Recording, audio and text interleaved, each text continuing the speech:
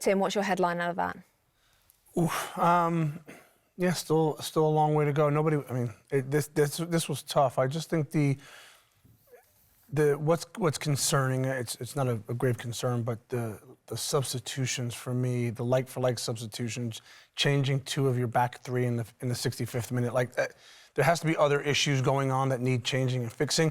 And what I would say about, again, this is my opinion, sometimes you have to let players suffer a little bit. Like bringing a player off almost lets them off the hook.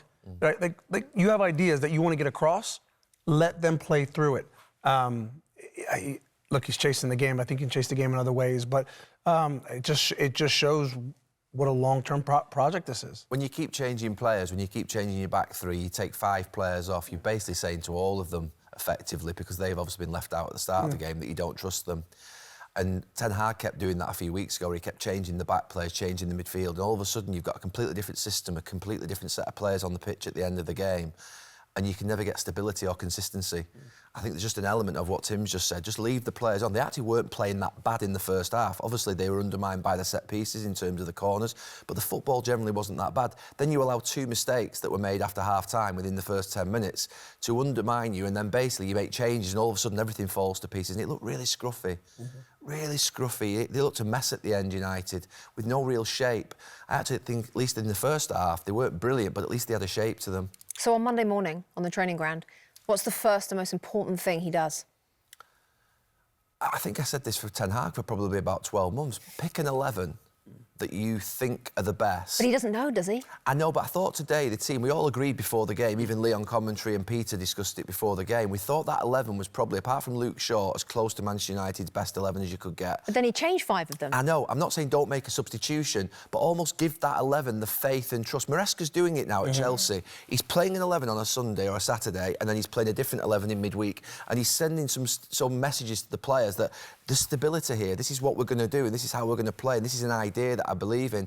When you change players all the time, you're almost saying to everybody, you know, you're just juggling plates, spinning plates all the time. There's no consistency or familiarity that can build with players. You need to build patterns together. You need to build that sort of idea of what you're doing together, and they can never do that if players are changing in all areas of the pitch. You agree with that, Tim? Yeah, I do. I mean, the one thing that sticks out for me is in 18 months' time, when I think United will start to be at their best, it won't look anything like this. So many of these players won't be there. And I look at, and I said something to you both off air, like something's crept into United, a few things, but this, we're playing from behind and you snatch at a cross and it was a good movement of play and you're pumping up the crowd and you're like, this isn't what Manchester, like I've played with players at Manchester United that would have been embarrassed and they would have told me, we're losing the game. You don't pump up the crowd. You win the game and you walk off the pitch. And so there's been a lot of that with this current team. And that's about strong leaders and characters holding each other accountable, which they don't have yet. No good team was ever a good team without hard work. Manchester United are 13th in the league and their running stats, their distance covered is 16th in the league. You don't deserve anything if you're being outrun every single week. And that's also interesting because the first game under Ruben Amorim, their running stats were pretty low, weren't they? I remember you saying. Which just you'd have thought that it's first game, they'd run their hearts out. It's to me, the worst thing that can be said about you is that basically you're not a hard-working player or you're not a hard-working team.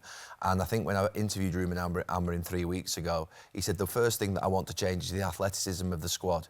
He's basically saying they're not fit enough. They're not as fit as the other players in the league. They don't work as hard as the other players in the league. When Manchester United give the ball away, they don't sprint back with the same intensity as other players in the league that you watch. And it is really, I mean, it must be...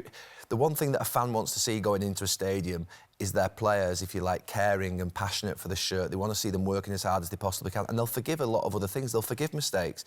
But you don't get that from United. You get the poor quality. You get actually a team that is lethargic in the way in which they work. And it's not easy to like. Just quickly, how quickly can you get that fitness? We're talking weeks or we're talking months? Whether it's fitness, confidence, belief, or whether it's just general work ethic, it's a mixture of all three. And I can't work out, Ruben Amorim's got to work it out pretty quickly. Is it a work ethic issue? There is definitely a work ethic issue in that squad where they don't know what the standard is. There is definitely a fitness issue in that squad, and there's a confidence issue. And to be fair, it's a vicious circle. I'm not quite sure how you get out of it, but something's got to give. He's got to almost sacrifice maybe the next month and say, right, we've got to do a fitness camp, and we might lose games on the Saturday because we've worked hard during the week. But the upside of that is that in February, March, April, May, we'll be fitter, we'll be stronger, and we might start to see something. In the Telegraph, it's come out, an interview that Sir Jim Ratcliffe has done with United We Stand fanzine. Just want to read you a couple of quotes. Tim, I'll start with you. These are some quotes from Sir Jim Ratcliffe. The club has drifted for a long period of time, a decade or so. Manchester United has become mediocre.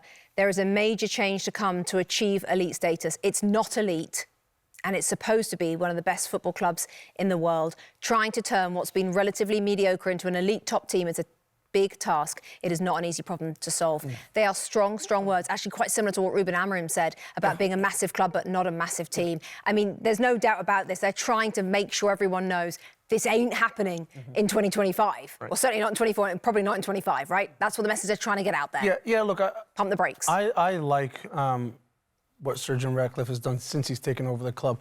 And quite frankly, once Sir Alex Ferguson had left the dugout, this club needed a figurehead, and they haven't had it. They haven't had someone at the top to just say, I'm in charge, and I'll say what needs to be said. And he's doing that, and I think it's important. And again, I like what he's done. I like the things he said, particularly the fact that his manager is on the same page as him, as are the people under him. It's a strong statement, but it was needed. It's realism. Is it too negative, or are you OK with it? I mean, we've wanted a voice at the club for many, many years. We wanted someone to speak out. Ruben Amorim saying that basically it's a massive club but not a massive team, and Jim Ratcliffe saying that the club is currently mediocre. We've just seen the evidence out there on the pitch. What we've just been discussing about that lack of work ethic, that lack of belief, lack of confidence. There's no authority in the club. They've lost they're scared of their own shadow. There's not a boldness, there's not that sort of feeling of sort of being proud. They need to get that back, and it's not going to come back very easy, but at least they're talking about it. At least they're confronting their problems head on and accepting what they currently are, as difficult as it is to watch. Hi there, I'm Rebecca Lowe, studio host of NBC's coverage of the Premier League. Don't forget to hit subscribe to watch more videos all season long. And if you want even more Premier League content, from original series to live matches, head over to Peacock.